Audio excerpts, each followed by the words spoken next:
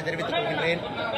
SRM பல்கலைக்கழகத்தில் சொல் தமிழா சொல் அப்படிங்கிற பேச்சு போட்டி நிகழ்வு தமிழகம் முழுவதுமே நடத்தப்பட்டு 2000 மாணவர்களுக்கு மேலே பங்கேற்று இறுதிக்கட்ட போட்டி இன்று எஸ்ஆர்எம் பல்கலைக்கழகத்தில் நடந்தது. ரொம்ப சந்தோஷம். நம்முடைய தமிழ் மாணவ செல்வங்கள் மிக அற்புதமாக நம்முடைய தமிழ் மொழியில் அவருடைய கருத்துக்களை எடுத்து வைக்க முடிகிறது.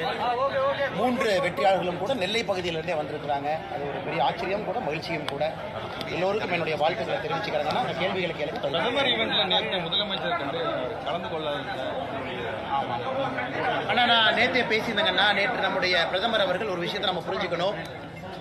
எப்பொழுதுமே ஒரு நாட்டினுடைய பிரதமர் இன்னொரு நாட்டிற்கு அதிகாரப்பூர்வமாக பயணத்தில் இருக்கும் பொழுது நேரடியாக அந்த நாட்டினுடைய தலைநகரத்துக்கு தான் வருவாங்க. அது மரபு.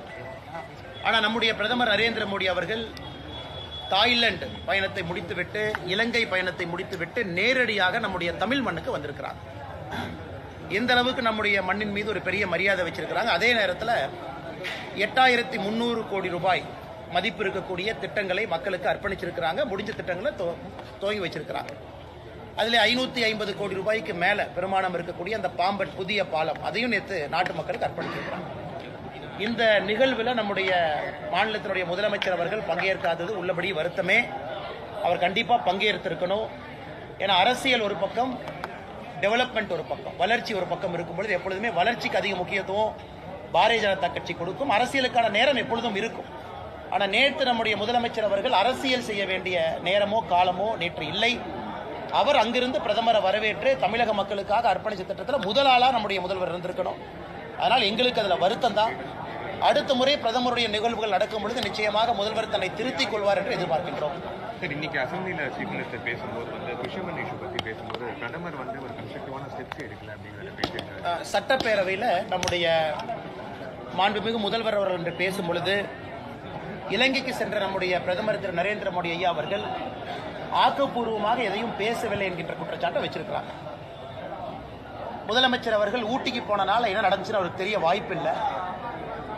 வெளியுறவுத்துறையினுடைய செயலாளர் அவர்கள் ஒரு செய்தி குறிப்பு அடிப்படையில் பிரதமர் அவர்கள் இலங்கையில் என்னெல்லாம் பேசினாங்க அப்படி. பாரத பிரதமர் நரேந்திர மோடி அவருடைய இந்த இலங்கைக்கான பயணம் என்பது ஒரு சரித்திரம் வாய்ந்த பயணம். நான் கொஞ்சம் விவரமாக அதை பற்றி பேச விருப்பப்படுறேன்.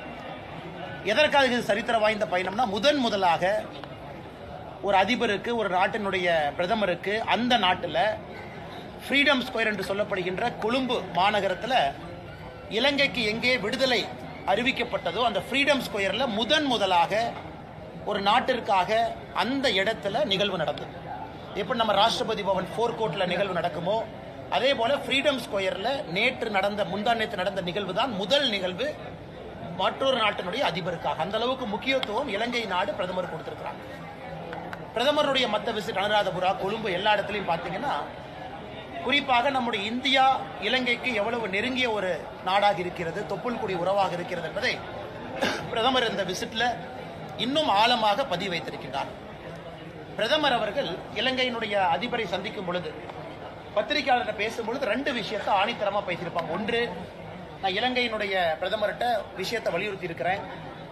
அங்க இருக்கக்கூடிய எல்லா மீனவர்களையும் உடனடியாக விடுதலை செய்ய வேண்டும் என்கின்ற கோரிக்கையை வச்சிருக்கேன். ஆன் ரெக்கார்ட் பிரதமர் சொல்லியிருக்காங்க.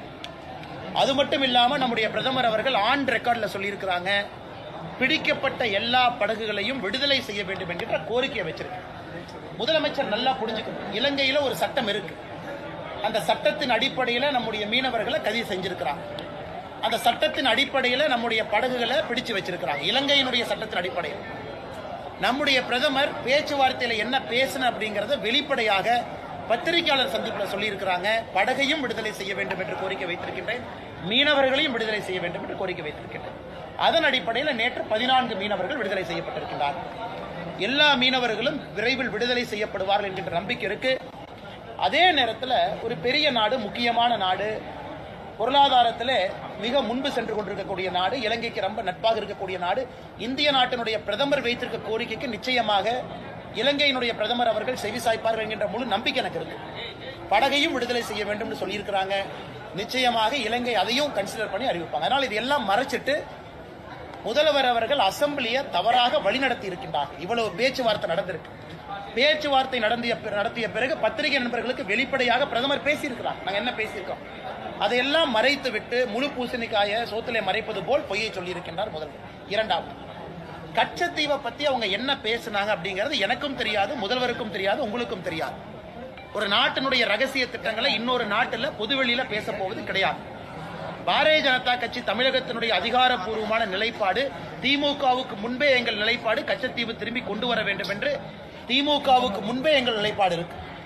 அதனால் முதலமைச்சர் அவர்கள் தயவு செய்து எங்களுக்கோ பாரத பிரதமர் நரேந்திர மோடி அவர்களுக்கோ பாடம் எடுக்க வேண்டாம் கச்சத்தீவை பற்றி.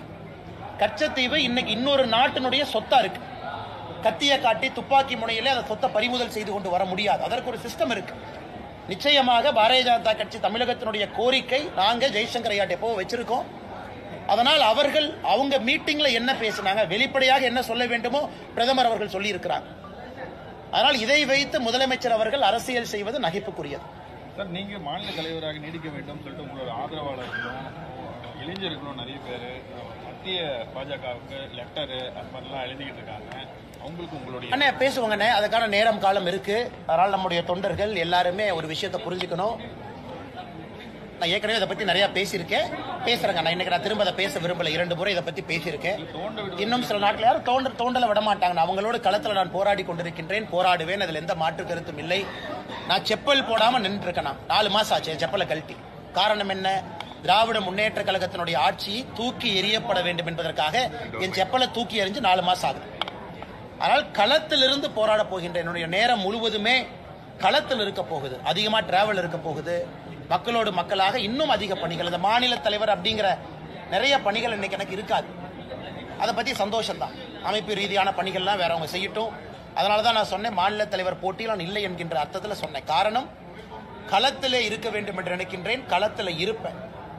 அதனால தொண்டர்கள் யாராக இருந்தாலும் அவர்களோடு சேர்ந்து இந்த போராட்டம் இருக்கும். நான் ஏற்கனவே சொல்லியிருக்கேன், தலைவர் பதவி இருக்கிறனால ஒருவர் அடையாளப்படுத்தப்பட வேண்டும் என்கின்ற அவசியம் யாருக்குமே இங்கே இல்லை. பதவிகள் வரும், பதவிகள் போகும். ஆனால் எல்லோருமே இன்னும் சுறுசுறுப்பாக, வேகமாக, வீரியமாக களத்தில் போராட வேண்டும் என்று பாரதிய ஜனதா கட்சியினுடைய தொண்டர்கள் எல்லோரையும் இந்த நேரத்தில் அன்போடு கேட்டுக்கொள்கிறேன். நான் இங்கிருந்து போகும்போது அண்ணாத்துல ஒவ்வொரு சங்களையும் பிடிங்கி எரிஞ்சுட்டு தான் போவேன் அப்படின்னு சொல்லிட்டீங்க.